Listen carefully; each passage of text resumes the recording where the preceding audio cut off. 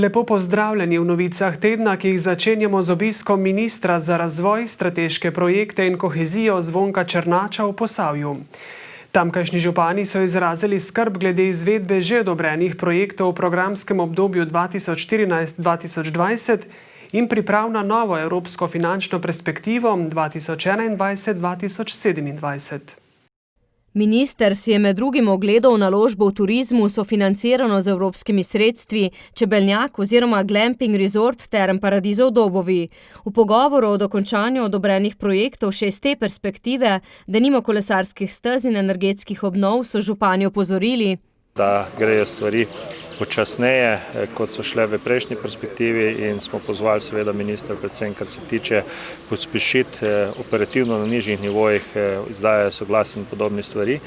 Evropsko kohezijsko politiko bo treba izvajati čim bolj operativno, tudi v luči dodatnega denarja, ki ga za okrevanje po pandemiji COVID-19 predvideva Evropska komisija, je dodal. V okviru tega okrog 500 milijard evrov nepovratnih sredstev, kar za Slovenijo pomeni okrog 2 milijardi 558 milijonov evrov dodatnega evropskega denarja iz različnih naslovov evropske kohezijske politike. Zelo hitro, je dodal, bo treba pripraviti ustrezne podlage ter sredstva usmeriti v programe in projekte, kjer je Slovenija najbolj podhranjena. Na eni strani ohranitvi obstoječih delovnih mest, ustvarjanju podlag za nova delovna mesta, za podporo malim, srednjim podjetjem, podporo takim dejavnostim, kot smo jih priča tukaj danes, predvsem na področju turizma, ki je zaradi epidemije ob največji izpad prihodkov, a se, vsaj za nekatere, obetajo boljši časi. V poletnih mesecih je Honey Paradise Glamping Resort odlično zaseden, prav tako tudi hotel. Seveda je povpraševanja ogromno, tudi zaradi teh novih voucherjev, tako da veselo vstopamo v novo sezono, optimistični. Občine sicer želijo podporo projektom s konkretnimi in šele nato tistim z mehkimi vsebinami. Vseh želijo denimo urediti kanalizacijske sisteme. Brežiški župan upa, da bo minister izkušnje z obiska prenesel praktično v zakonodajo in pa pogajanje v Evropi in da bomo ta del praktično ob meji pospešili in pa razlike v Sloveniji dejansko tudi zmanjšali med razvitostjo in pa manj razvitostjo. Molan meni, da bi morali v novi finančni perspektivi pripraviti vzhodni in zahodni operativni program, s čimer bi se sredstva lahko pretakala do tistih, ki jih bolj potrebujejo. V petek pa se je v Novem mestu mudil minister za delo, družino, socialne zadeve in enake možnosti Janez Cigler Kralj. Osrednji temi pogovorov sta bili romska problematika in oskrba starejših v luči novih okužb s koronavirusom. Glede ukrepov v domovih za starejše je minister zagotovil, da stalno spremljajo epidemiološke razmere in jih pozval k še strožjemu izvajanju predpisanih preventivnih ukrepov. V novomeškem domu sprejemajo napovedane obiske svojcev, a ob strogih ukrepih. Ključno je namreč preprečiti vnos okužbe, saj so domovi za starejše, kot smo videli med epidemijo, eno od osrednjih žarišč koronavirusa. V domu so ministra pozvali, naj bodo predpisi bolj življenjski. Kajti znotraj hiše pa moramo imeti organizirano še sivo cono, za primer, če bi do okužbe prišlo, oziroma že za sam sum okužbe mora biti organizirana siva cona, kar pa za nas pomeni v bistvu zmanjšanje kapacitete, ker moramo imeti proste, pa ne nazadnje tudi nimamo seveda zagotovljenega dovolj kadra za te potrebe. Pripravljeni smo na morebitno zaostrovanje razmer, dodaja, vendar pa domovi zagovarjajo stališče, da v primeru okužbe je potrebno stanovalca izseliti iz doma. Se pravi, preseliti na eno točko, kjer bo za njega poskrbljeno tako, da bo varno in seveda udobno. Predvsem pa, da zaščitijo druge stanovalce. Do zdajšnje izkušnje, tako minister, kažejo, da se je najbolje obneslo reševanje tam, kjer so lahko pozitivne stanovalce hitro umaknili na drugo lokacijo. Naj spomnim na Metliko, to je bila ena prvih, če ne prvi, tak dom, ki smo ga reševali skupaj.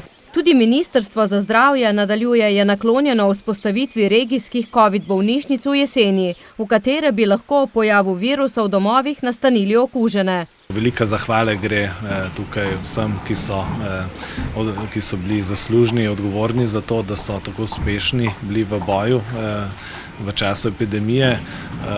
Jaz verjamem, da je to dober zgled in dobra priprava tudi za bodoče izzive. Pri čemer je Cigler Kralj vnovič opozoril na ohranjanje razdalje, razkuževanje in nošenje mask. V škocjanski občini, ki po dostopnih podatkih Direkcije za infrastrukturo premore več kot 115 km javnih poti in lokalnih cest, se že nekaj let sistematično lotevajo obnove razvejenega cestnega omrežja. Letos sta na vrsto med drugim prišla dva za občane pomembna cestna odseka, ki bosta občino skupaj z davkom stala okrog 220 tisoč evrov. Obnove dotrajane lokalne ceste z zamenjavo spodnjega ustroja, razširitvijo cestišča in ureditvijo ustreznega odvodnjavanja se bo občina tako lotila na odseku od regionalne ceste Vejer proti naselju Štrit. Moram reči, da v preteklih letih smo že čez samo vas Štrit zadevo obnovili, zdaj je ostal še ta kos cestišča v dolžini 1100 metrov, pomeni 1,1 km. Gre za vrednost slabih 72 tisoč evrov brez DDV-ja. Lokalno cesto bodo obnovili tudi na odseku od Jelendola do Otreska oziroma meje s sevniško občino. Prenovitvena dela bodo skupaj z davkom stala nekaj več kot 130 tisoč evrov. Ta odsek je nekoliko bolj zahteven, gre tudi za daljši odsek, nekje 1400 metrov, pomeni 1,4 km. Tudi dela bodo bolj zahtevna. Upam pa, da bo to narejeno v tem predvidenem roku. V skladu s podpisano pogodbo mora na javnem naročilu izbrano podjetje Brežiški Kop dela opraviti v roku 60 dni. Skupaj z partnerjem Gradnje Boštanj smo bili uspešni na javnem naročilu. Da, 60-dnevni rok na papirju mogoče izgleda kratek, vendar za tak obseg del, ki je predviden, je to po mojem mnenju popolnoma izvedljiv projekt. Po besedah župana se letos obeta še eno javno naročilo. Z rebalansom so namreč zagotovili sredstva za obnovo lokalne ceste na odseku Stara Bučka-Stopno. Tako da v prihodnosti bomo nekako poskušali razpisati oziroma pridobiti ponudbe tudi za ta del lokalne ceste. Za vzdrževanje in obnovo občinskih javnih poti in lokalnih cest, novogradnje ter pripravo projektne dokumentacije v Škocjanu letos, tako župan, skupaj namenjajo več kot 1,3 milijona evrov lastnih proračunskih sredstev. V naše kraje prihaja poletje, vsaj koledar nas na to opozarja, in v javnem zavodu KŠTM Sevnica, v katerem upravljajo tamkajšnji bazen, so nanj, kot pravijo, pripravljeni. Bazen so namreč v 2 fazah celovito obnovili in zdaj že sprejema prve kopalce. Naložbe so izvajali postopoma, tako je bazen po 33 letih neprekinjenega delovanja zdaj zasijal v novi podobi. Investicije so v večjem deležu participirala je občina, pa vendar smo mi temu tudi poskušali slediti, tako da se čez to leto uredili so toaletni prostori, potem ta prostor, kjer se obiskovalec prvič sreča z bazenom, kjer pač nakupi karte. Pred 2 letoma so uredili slačilnice in poskrbeli za toplo vodo iz tušev. Lani so obnovili bazensko školjko, letos še strojnico. Smo zdaj pridobili ne samo urejenost, da smo poskrbeli za ugodno počutje obiskovalce, ker smo dobili tudi nekaj večjo količino čistih površin. Dobili smo pa predvsem nek nov sistem upravljanja z vodo, ki ga odslej izvajajo bolj avtomatizirano. Projekt je bil velik, 1 200 000 evrov skupaj v 2 fazah na približno polovico. Na eni strani je to športni objekt, kajti plavanje je izredno pomemben in kvaliteten šport, pa tudi turistični objekt. Zaradi upoštevanja priporočil NIJZ bo sicer v tej poletni sezoni več dela za upravljavce bazenov in odgovornosti kopalcev.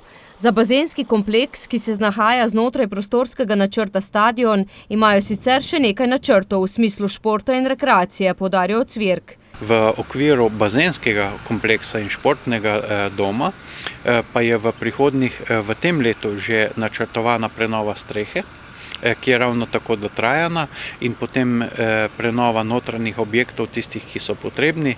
Predvsem sanitarij in drugih prostorov. Še ostajamo v vodi, a na nekoliko drugačen način. Na kmetiji Zupančič v Jelševniku pri Črnomlju, kjer je nahajališče črne človeške ribice, so sredi tedna predstavili novonastali infocenter. Predavatelji so na okrogli mizi med drugim opozorili, da je najslavnejša slovenska žival ogrožena.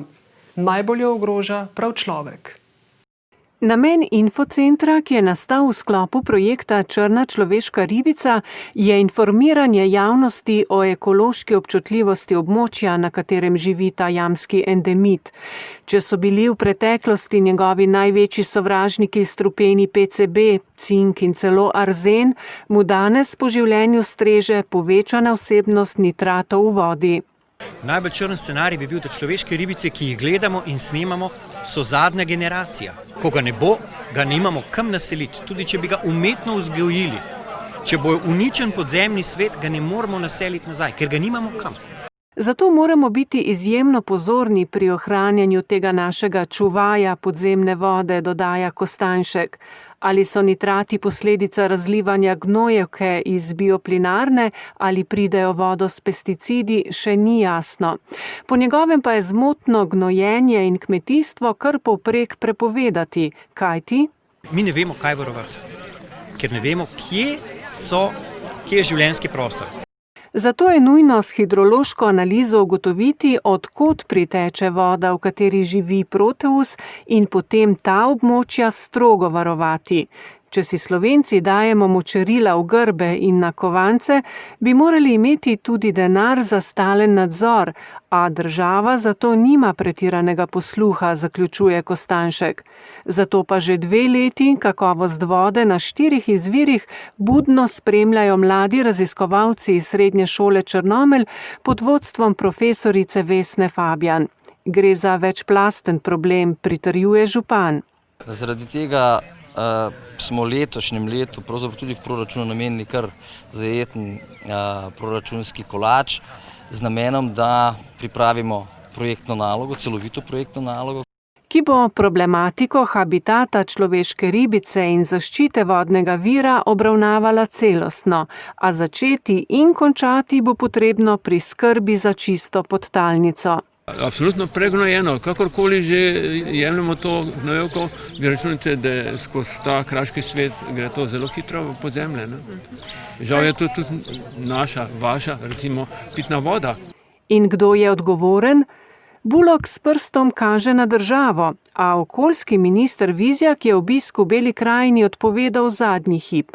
Člani črnomaljske civilne iniciative Človeške ribice ne damo, bioplinarne nečemo, ki so ob včerajšnjem dogodku napovedali protest, naj bi se z ministrom srečali v Ljubljani. Iz dežele Belih brez pa v Kartuzijo Pleterjem, kjer že več kot desetletje pozivajo k preselitvi muzeja na prostem, ki ga od leta 2011 upravlja Zavod za kulturo in turizem Historium. Kot pravijo, je njegova dejavnost neprimerna, obiskovalci pa na območju tišine preglasni. O muzeju, za katerega se je očitno le našlo rešitev, so govorili tudi na občinski seji. Glede na najemno pogodbo med Zavodom Historium, Kartuzijo, občino in območnim zavodom za varstvo kulturne dediščine, ki poteče konec prihodnjega leta, občina po besedah podžupana Janeza Selaka vztraja pri stališču, da se to ne seli nikamor iz šentjernejske občine, drugo pa, da se podajša za 2025, med tem časom pa bi občina sprejela OPN, prostorski načrt, kamor bi se to nekje v šentjernejsko občino vključilo kot naprej še delujoči muzej na prostem. Občina mesečno prispeva 500 evrov za vzdrževanje muzeja. Vsi si želimo, da bi ta ostal v občini, ki pa zato ni storila, kar bi morala, priznava župan Jože Simončič. Možnosti, mislim, za dogovor so še vedno, predvsem pa mora občina poskrbeti, torej ne moramo mi samo reči, da želimo muzej. Mi moramo zato tudi nekaj narediti, ponuditi prav model sodelovanja, ki bo odprt model, ki bo učinkovit model in bo tudi finančno ovrednoten in transparenten. Kartuziji je, dodaja, v razmislek ponudil možnost nadaljnega delovanja na obstoječi lokaciji. Kot nam je potrdil pleterski prior Frančišek M. Fodor, razumejo željo župana in občine, da bi muzej tam ostal. A ker so ugotovili, da občina v doglednem času ne bo mogla zagotoviti ustrezne lokacije za preselitev ter nadaljnega delovanja in razvoja muzeja, bodo soglašali selitvijo na drug kraj, če bo ta v skladu z veljavnimi zakoni. In to je Klevevš v šmareški občini, zemljišče v lasti kmetije Karlovček. Veliko lokacij so si ogledali, pravi oskrbnik muzeja Simon Udvanc, a tokrat le našli rešitev. Smo bili tudi na Klevevžu, v Šmarjeških Toplicah.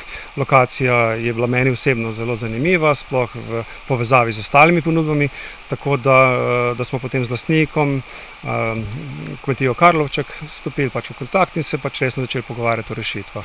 Da gre za primerno lokacijo, ocenjuje tudi Zavod za varstvo kulturne dediščine, k temu dodaja Andraž Rumpret. Muzej bo prispeval k oživitvi Klevevža. In smo potem videli, da mogoče da bilo res to dobro, zaradi tega, ker bi imeli potem v enem sklopu in skansen, in grad, in izvir Toplice, da bi bilo to potem 3 stvari. Na ta način je prišlo do tega sodelovanja. Sporazum so Zavod Historium, kmetija Karlovček in Šmarješka občina že sklenili. Ne glede na to, kaj se bo zgodilo z muzejem na prostem Peterje, bo projekt v Šmarjeških Toplicah realiziran. Se pravi, s temi stavbami ali pa z drugimi. Ne glede na razvoj dogodkov si Udvanc želi, da blagovna znamka Skansna ostane v šentjernejski občini, v kateri dolgoročno snuje projekt Živa zgodovinska vas in pri tem računa na obljubljeno podporo občine. Očitno bo muzej še tema žgočih razprav. Koliko je bilo tam najprej vroče, ko smo mi prevzeli tisto področje in nasade, ker nismo bili šmarješka občina, zdaj pa vroče v Šentjerneju, ker ne bi se teh istih sadile. Vedno rata potem vroče, ko se najde neka rešitev, ki nekaterim paše, nekaterim pa ne. Vsekakor poudarja, bodo sodelovali tudi pri nadaljnjih načrtih Skansni v šentjernejski občini. Svojevrsten muzej na prostem je tudi dežela kozolcev v Šentrupertu. Dežela kozolcev je kot družba v zapiranju, poplačani so vsi krediti in dolgovi, pravijo odgovorni. Odslej deluje kot javni zavod, katerega ustanoviteljica je tamkajšnja občina.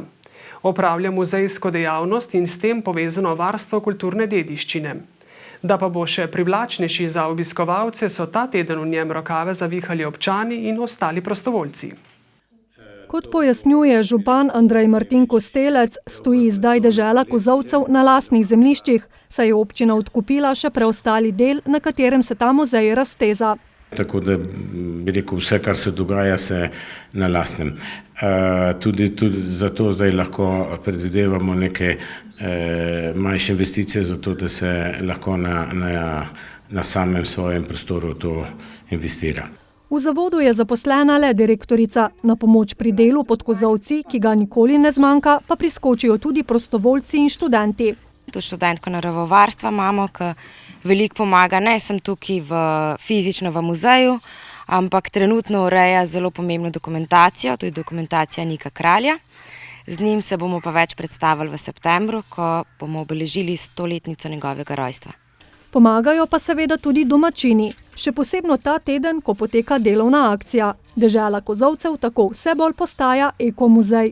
Deželo kozolcev uporabljajo vsi Šentruperčani in smo se spomnili, da mogoče je pa lepo, da tudi oni mogoče pripomorejo k podobi dežele kozolcev. Seveda je tukaj vedno veliko dela od košnje, pospravljanja, smeti in tako naprej, tako da sem vesela odziva. Tako na socialnih omrežjih, kot tudi zares. Glavnino del so opravili včeraj, ko so čistili okolico, urejali potke, poskrbeli za sveže sekance, odstranili mah in postorili še marsikaj. Eden izmed kmetov jim je tudi podaril nove bale. Predvidevamo sanitarne objekte nove za obiskovalce, tudi ograja v vhodu, tako da v prihodnjih mesecih bo ta vstop v deželo kozolcev v celoti nekako obnovljen. Delovni akciji se je pridružil tudi eden izmed šentrupertskih občinskih svetnikov. Mislim, da je tale naš kraj, tale muzej ena velika naša priložnost, da se pokažemo Sloveniji, pokažemo se svetu, da se zadeve naredimo kakšno zgodbo. Seveda je pa potrebno tukaj sodelovanje vseh občanov, čim večjega spektra, da se ponudi čim boljša in čim lepša zgodba na to temo. Skrb nad vrtom v muzeju bodo prevzele podeželske žene in dekleta šentrupertske šmarnice. Dežela kozolcev bo tako vsak čas nared za dogodke. Prvi bo že ta konec tedna, ko se bo v njem odvila muzejska noč, še posebej pa se v Šentrupertu veselijo slavnostne podelitve občinskih priznanj prihodnji petek. Na Cerovcu pri Črešnjevcu na obrobju semiške občine pa bodo s pomočjo denarja iz Evropskega sklada za razvoj podeželja pridobili medgeneracijski prostor za druženje. Poglejmo podrobnosti. Sredi majhne obcestne vasi stoji ob gasilskem domu velika stavba. Nazadnje je bila v njej trgovina kmetijske zadruge, še predtem pa je bila središče družabnega in kulturnega življenja na vasi in okolici. Po prizadevanjih krajanov je občina stavbo odkupila. In sedaj, ko smo dobili sredstva Evropskega sklada za razvoj podeželja na programu CLLD, smo začeli urejati tudi samo stavbo, da bi potem lahko tudi vnesli vanjo določene vsebine za medgeneracijsko druženje okoliških prebivalcev, društev, mladih, starejših. Investicija je skupaj z vsemi programi projektnih partnerjev vredna okrog 105 000 evrov. Od tega bo 95 000 evrov sofinanciral Evropski sklad. Gradbena dela na objektu, ki ga bodo namenu predali ob občinskem prazniku, bodo zaključena predvidoma do jeseni. Projekt je naravnan tako, da se potem do naslednjega poletja, se pravi do poletja 2021, morajo dogajati razne delavnice, razni programi, ki jih tudi naši partnerji, med njimi tudi prostovoljno gasilsko društvo Čerešnjevec, izvajajo. V prostoru za medgeneracijsko druženje se bodo odvijale delavnice, razni seminarji in tečaji, predavanja, skratka vse tisto, kar združuje ljudi, pove županja. Medtem, ko bo medgeneracijsko središče še dobilo končno podobo, pa je kulturni dom v Šentvidu pri Stični že zasijal v novi preobleki, saj so temeljito prenovili njegovo notranjost in uredili potrebno tehniko za kakovostno izvajanje kulturnih in umetniških programov. V sredo so si hram kulture pred sejo občinskega sveta ogledali ivanški občinski svetniki in svetnice. Kulturni dom igra pomembno vlogo v kraju, v katerem deluje več kulturnih društev. Še posebej iz, folklora. Kot vemo, Šentvid tudi slovi po tem, da je tudi tabor pevskih zborov in pesem je tukaj doma in v tem kulturnem domu se bo res lahko v bodoče, lepo prenovljenem, dogajala marsikakšna prireditev. Vsaka taka ustanova in seveda tako moderno opremljena, obnovljena je velik plus za nadaljni razvoj kulture v kraju. Seveda, ko govorimo pa o tem našem projektu, vsakoletnem taboru slovenskih pevskih zborov, pa si seveda tega dogodka brez take dobre podpore in infrastrukture tudi ne moremo predstavljati. Kulturni hram je bil potreben temeljite prenove, saj je bil predtem nazadnje obnovljen po drugi svetovni vojni. Čas in uporaba pa sta na njem seveda pustila svoje sledi. Obnovitvena dela so potekala v več fazah. Najprej streha, potem je bila zunanjost in sedaj pa smo zaključili še notranjo obnovo, tako da je sedaj, generalno obnovljen in za nadaljnjih nekaj generacij zagotovo bo služil svojemu namenu. S prenovo je šentviški kulturni dom postal najsodobnejši v občini, meni župan. Jih imamo kar nekaj, v glavnem so vse prenovljene, razen ivanške, ki pa bo doživela jo bomo podrli in na njenem mestu zgradili novo sodobno. Celotna obnova je stala skoraj 500 000 evrov, ki je šel v celoti iz občinske blagajne. Sredstva vložena v kulturo sicer ne povrnejo tako je v materialni obliki, glede na to, da pa smo Slovenci in slovenski narod preživeli vsa ta leta samo in zgolj zaradi kulture, je pač bilo potrebno vlagati in se vsak vložek tudi povrne. Dober namen ponavadi obrodi sadove, tako kot jih je v naslednjem prispevku. Vsako vino ima svojo zgodbo in te so odslej zapisane v novem vinsko-gastronomskem centru Turen, ki so ga odprli v kleti Krško. Na vsaki steklenici je tako prikazana zgodba o ljudeh, med drugim o našem največjem pesniku Francetu Prešernu, ki je, kot je razvidno iz zgodovinskih zapisov, zelo rad prihajal pod oboke današnje kleti Krško. Zgodbe o ljudeh, ki so z njihovimi vini tako ali drugače povezani, so bile ključno vodilo pri razvijanju nove blagovne znamke, je ob uradnem odprtju centra dejal direktor Jure Grubar.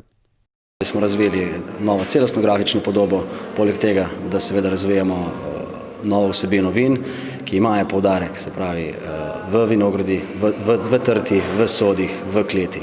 In le tako lahko dobro mislimo tudi za naprej. Nove promocijske zgodbe, ki jih odslej piše Vinsko-gastronomski center Turen, bodo prepletli s pristno domačo kulinariko. Ta bo podprta z zgodbami, miti in legendami, ki sodobnemu ljubitelju vin ponujajo veliko več od zgolj gastronomske izkušnje. Obujamo vse to, kar se je nekoč dogajalo, ne samo v tem gradu pa v tej okolici, ampak tudi širše v Posavju. Kmečka zadruga Krško ima 240 kooperantov, ki kleto skrbujejo z grozdjem. Začutili smo, da so potrebne spremembe, pravi prvi med njimi Jože Božič in poudarja, da člani novosti podpirajo. Ljudje se več ne zadovoljujejo sam s tem, da pridejo in sprobajo oziroma spijo deci vina. Želijo nekaj več, želijo doživetje, želijo zgodbo, želijo nekaj, kar si bojo zapomnili tudi potem, ko bojo šli ven. V novo posavsko turistično zgodbo verjamajo tudi na krški občini, turizem je namreč zanje zelo pomemben z več vidikov. Predvsem nas pa veseli, da znamo stopiti skupaj, da znamo skupaj oblikovati nove zgodbe. Ena od teh se dotakne tudi Prešerna, in sicer o vinu iz šrajbarskega Turna, ki stoji v neposredni bližini kleti, ki jo je v svojem času izjemno cenil. In morda je navdih za znamenite verze Zdravljice na Prešern črpal prav po doboki te kleti, kdo ve. Zgodbe so oblikovali s pomočjo dveh akademskih slikarjev, ki sta na vinskih etiketah prispevala ilustracije. Če ste športni navdušenec, potem že gotovo veste, da bo trebanjske rokometaše kot glavni trener odslej vodil Uroš Zorman, ki velja za enega najboljših ne samo slovenskih, ampak svetovnih rokometašev vseh časov. Trebanjski rokometaši že četrt stoletja predstavljajo ene ključnih akterjev v prvi slovenski rokometni ligi. To sezono želijo seči še više, se bodo igrali v Evropski ligi, zato so okrepili svoje vrste. Zorman, ki je bil doslej pomočnik trenerja, se je želel preizkusiti v vlogi prvega trenerja. Glede na to, da sem jaz, kako bi rekel temu, zelo tak ambiciozen, kot sem bil tudi igralec, sem tudi kot trener in čim prej iti svojo pot. Glede na to, da sem moja zgodba tudi znana, da je družina doma in da sem hotel iti domov. Tako da je priložnost za vodenje ekipe videl v rokometnem klubu Trimo Trebnje. Obljubil je bojevitost, borbenost in da bodo dali vsako tekmo vse od sebe. Ni važno samo zmaga, če si ti na pravi poti, tudi kakšen poraz pride sigurno in to ni nič tragičnega, ampak važna je ta pot in važna je, kako ekipa funkcionira, kako se mi počutimo in kako sodelujemo. Ekipa za novo sezono je sestavljena. Ekipa je super, mislim, da so vodstvo kluba dodali nekaj igralcev, mogoče tam, kjer so videli možnost za neko dodano vrednost, ampak fanti prenašajo neko nove izkušnje in pa neko kvaliteto, s katero mislim, da bomo zelo dobro parirali v tem slovenskem rokometu in vsezadnje tudi v tem EHF pokalu. Igralci sicer komaj čakajo začetek nove sezone, saj so ukrepi med epidemijo COVID-19 močno omejili tudi njihove treninge. Na novih tekmah pod novim vodstvom jim želimo veliko uspehov, vam pa lep preostanek konca tedna in nasvidenje do prihodnjič.